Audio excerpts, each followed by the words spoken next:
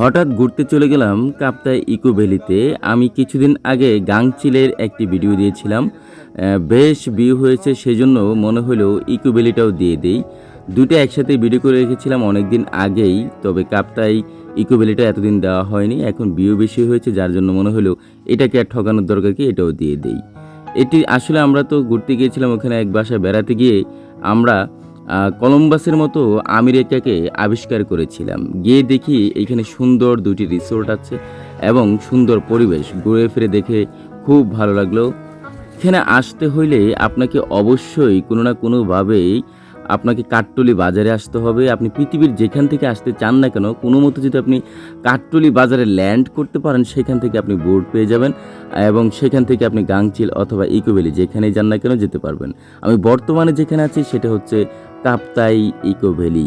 এগুলো হচ্ছে private Iceland resort বলা যায়, যেখানে আপনাকে বুকিং দিয়ে থাকতে হয়।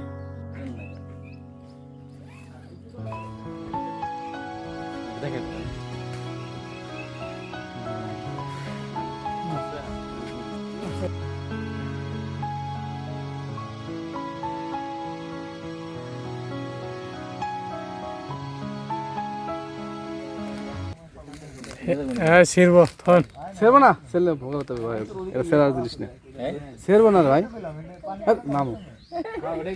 জি হ্যাঁ দর্শক, আপনি যতই শক্তিশালী হন না কেন, এটা কোনোভাবেই ছিঁড়বে না, এবং আপনি যত ওজনদারি হন না কেন। এখানে পাশেই দেখতে পারবেন অনেকেই শুয়ে আছে, অনেক স্বাস্থ্যবান হয়েও এখানে শুয়ে আছে। এই জায়গাগুলো শহর থেকে আসা মানুষের জন্য খুবই পছন্দের হবে। যান্ত্রিক জীবনের চেনা ব্যস্ততার ক্লান্তিগুলো পেছনে ফেলে মাঝে মাঝে প্রকৃতির নিবিড় সান্নিধ্যে চলে আসাটা যেন একরকম অন্যরকম দরকারি উপহার। সবুজের ঘেরাই ক্যাম্পিং সাইট, মাথার উপর গাছের পাতা ভেদ করে আসা মৃদু আলো, আর এই আলসেমি মাখানো দোলা সব মিলিয়ে মনটা নিমিষেই শান্ত হয়ে যায়। যখন চারিপাশের কোলাহল কমে আসে আর শুধু পাতার মর্মর শব্দ আর পাখির ডাক কানে আসে, তখন মনে হয় জীবনটা আসলেই কত সুন্দর। তাঁবু খাটানো, বন্ধুদের সাথে আড্ডা আর প্রকৃতির কূলে অলস সময় কাটানোর এই মুহূর্তগুলোই স্মৃতির পাতায় জমা হয়ে থাকে দীর্ঘদিনের শক্তি হিসেবে। নিজেকে নতুন করে রিচার্জ করতে প্রকৃতির চেয়ে বড় কোনো মাধ্যম আর হতে পারে না। তো কেমন লাগলো, কি কি অবস্থা? এটা মূলত রিসোর্ট, যেখানে আপনি নাইট হিসেবে ভাড়া নিতে পারেন এবং সেখানেই খাওয়া দাওয়া ফ্রি হয়ে থাকে। এখানে প্রকৃতির কূলে একেবারে নদীতে লেকে আপনি সাঁতার কাটতে পারবেন। যারা শহর থেকে আসেন তারা হয়তো এই বিষয়টাকে বেশি উপভোগ করে থাকেন। নিজে একেবারে সশরীরে গিয়ে নদীতে লেকে গিয়ে সাঁতার কাটার ব্যাপারটা আসলেই দেখতে তাদের জন্য অবাক করার মতো হবে।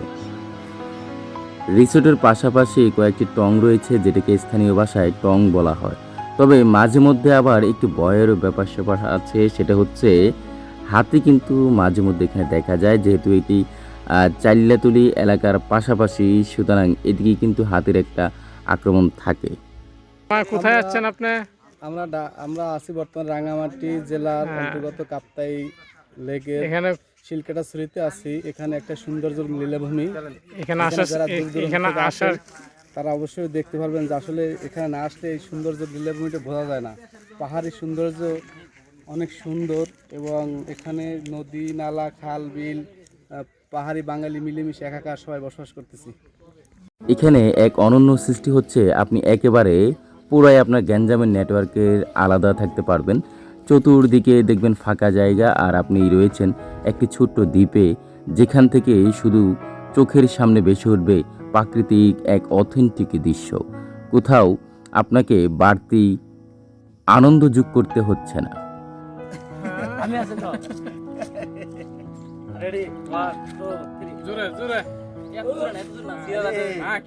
আরে বোনের জামাই বাইরে তো আছি বেড়াইতে, বুঝছেন? আর ওই যে বোনের জামাইরে দিয়া ধাক্কা দেওয়াইতে আছি। এটা কইছেন পরে বুঝবেন। আরে ভিডিও বন্ধ। যাই হোক, ঘুরে ফিরে অনেকটাই ভালো লাগলো, ভালোই একটা সময় কাটিয়েছি। আর এখানে মেইন বিষয় হচ্ছে শুধুমাত্র এটি একটি রিসোর্ট, এটা কোনো পার্ক নয়। গতবার আমি গাংচিলকে পার্ক বলার কারণে ওখান থেকে আমাকে ফোন দিয়ে বলেছে, ভাই আপনি পার্ক বলেছেন, পরবর্তীতে মানুষের ভিড় পড়ে গেছে।